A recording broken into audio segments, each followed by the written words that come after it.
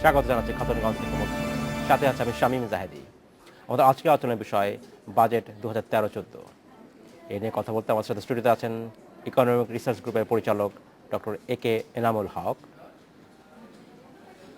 এবং exporters association of বাংলাদেশের সভাপতি আব্দুস সালাম মুর্শেদি। তবে মূল আলোচনা যাবার আগে দেখে নিই একটি প্রতিবেদন।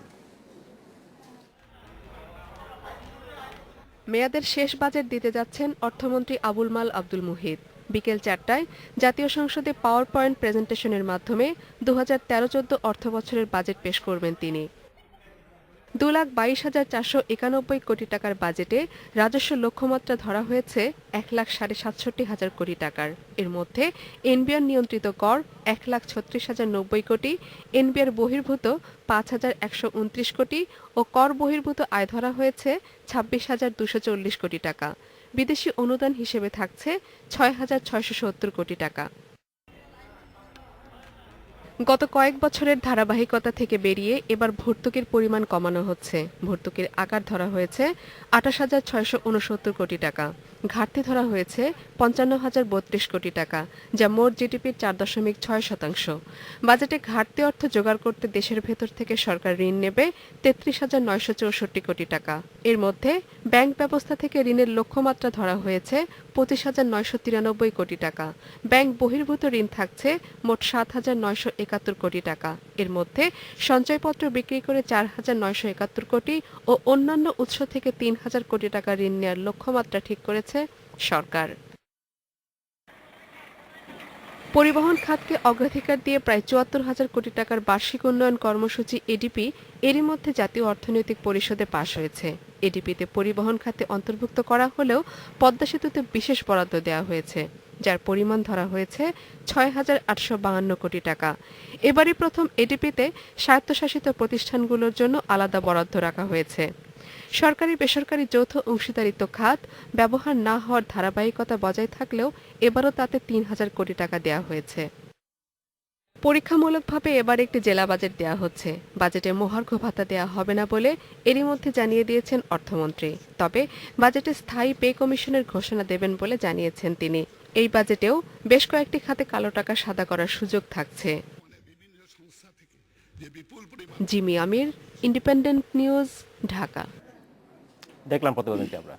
জনাব আব্দুস সালাম মুর্শেদি এবং জনাব এনামুল হক আপনাদের স্বাগত এই অনুষ্ঠানে। ডক্টর এনামুল হক, আপনার কাছে প্রথম প্রশ্ন, যে বাজেটের আমরা আকার দেখছি, যেটা হচ্ছে 1,36,000 কোটি টাকার বাজেট, যেটা গত বাজেটের এই বছরের বাজেটের চেয়ে প্রায় 30,000 কোটি টাকার মতো বেশি। এই বেশিটা কি খুব স্বাভাবিক নাকি বেশি উচ্চাভিলাষী বলছেন অনেকে?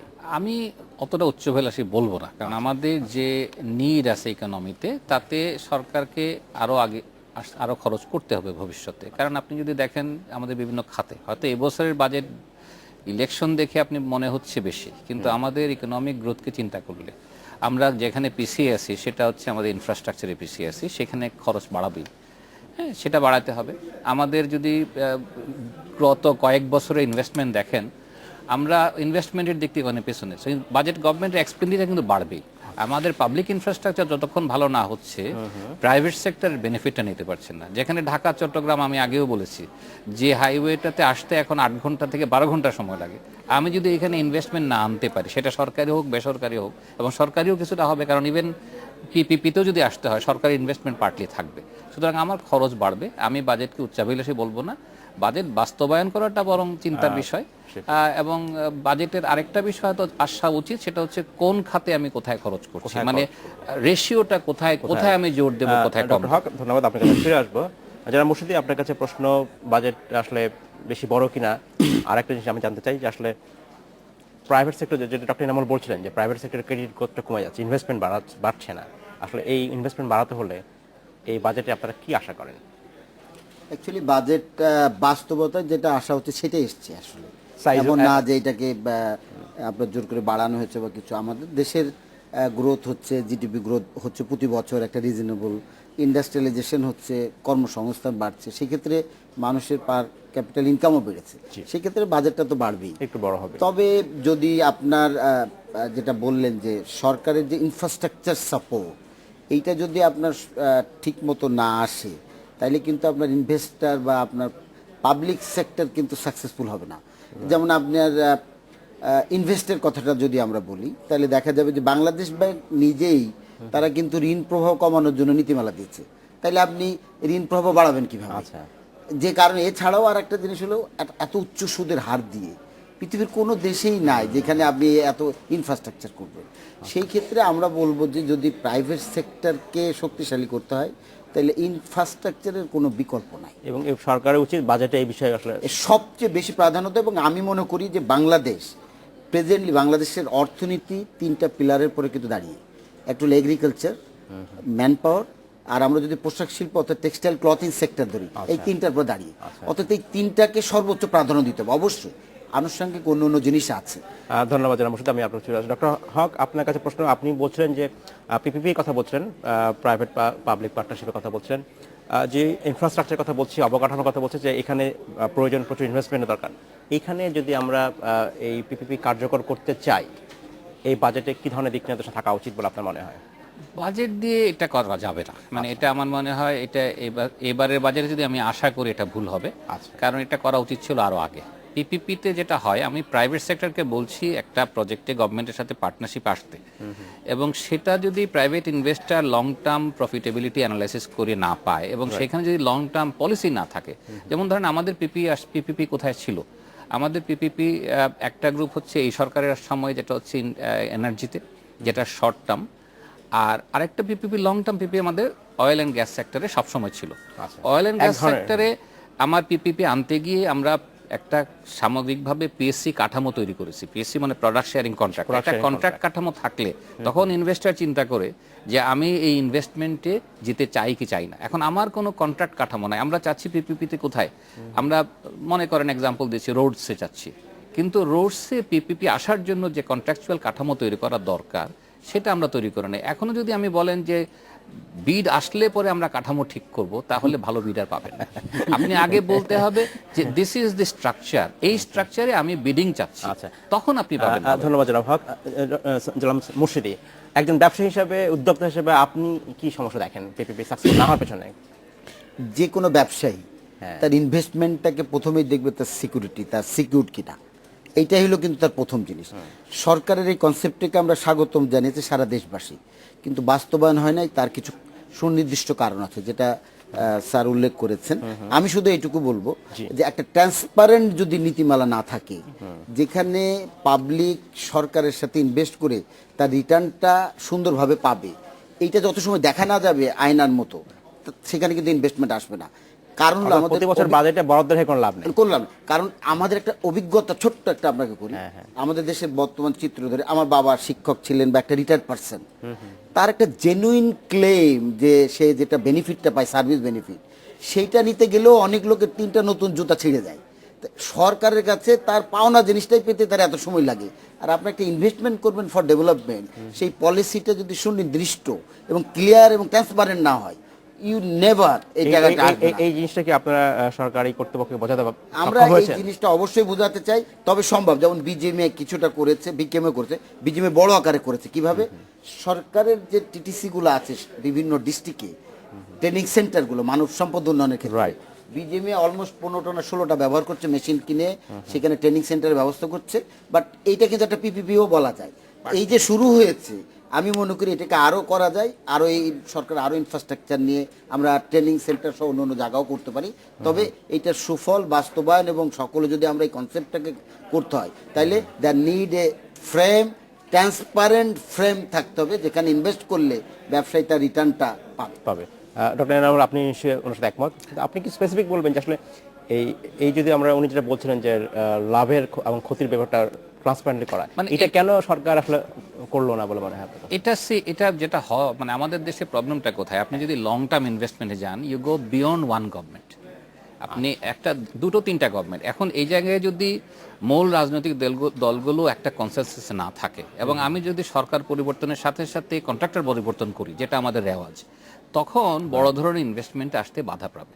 আমি এই সরকারের সময় একটা কাজ করলাম, আগামী সরকার এসে আবার রিনেগোশিয়েট করতে হচ্ছে। সো আমাদের এই ইস্যুসগুলো ইনভেস্টারদেরকে আটকে দেবে। সুতরাং বড় ইনভেস্টার, আমাদের ইনভেস্টার কেন আমি বললাম ইলেকট্রিসিটিতে আসছে, কারণ 5 বছরের শর্ট টার্ম কন্ট্রাক্ট, আমি ইনভেস্টর হিসেবে বুঝতে পারছি যে 5 বছর তো এই সরকার আছে, আমি ইনভেস্ট করতে পারি। কিন্তু আমাদের কাছে যেটা হবে, আমরা যেটা রাজনৈতিকভাবে ঠিক করি নাই, সেটা হচ্ছে কতগুলো বিষয়ে বেসিক কনসেনসাস থাকা উচিত ছিল যে আমরা সরকার পরিবর্তন করলে আমরা এই পরিবর্তনটা করব না। এবং যতক্ষণ এটা না হবে, আপনি লং টার্ম ইনভেস্টমেন্ট আনতে গেলে একটাই বুদ্ধি, সেটা হচ্ছে হয় এমন সরকার আসবে, এমন গভর্নমেন্ট এটাকে ব্যাক করবে, আমেরিকান গভর্নমেন্ট মনে করেন বা ইন্ডিয়ান গভর্নমেন্ট, যারা বলবে যে আমি তোমার পেছনে আছি কোনো কিছু হবে। ধন্যবাদ জনাব হক। আমাদের সময় হয়েছে বিরতি যাবার, ফিরে এসে আমরা কথা বলবো এখান থেকে আবার। সময় হলে একটি বিরতি যাবার, ফিরছি শিগগিরই, সাথেই থাকবেন।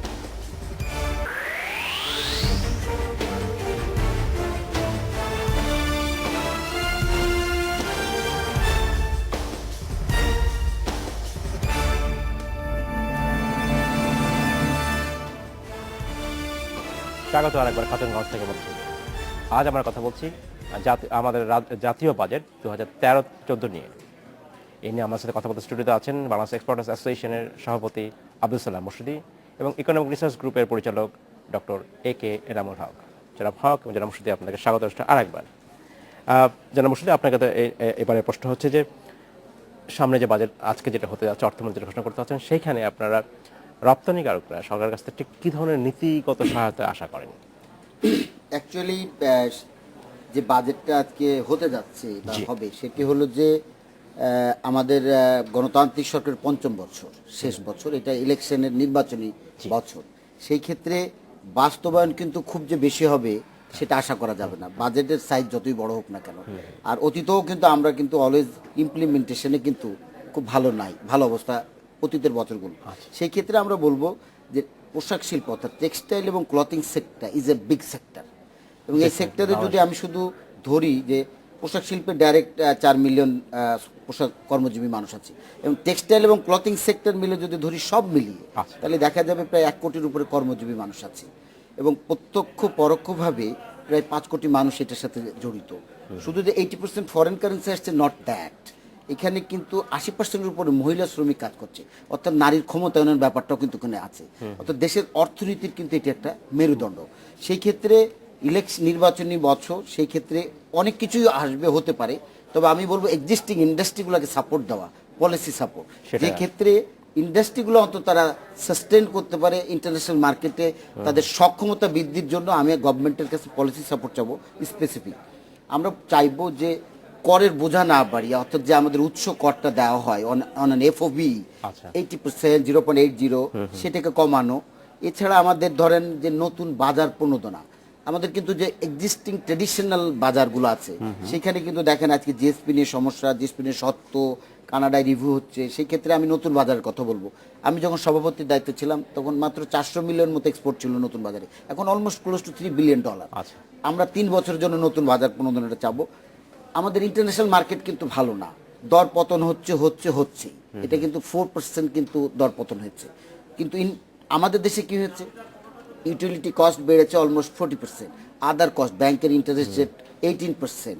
আমরা যদি দেখি বিদ্যুৎ, গ্যাসের অবস্থা, অন্যান্য ট্রান্সপোর্টেশন কস্ট সবই বেড়েছে।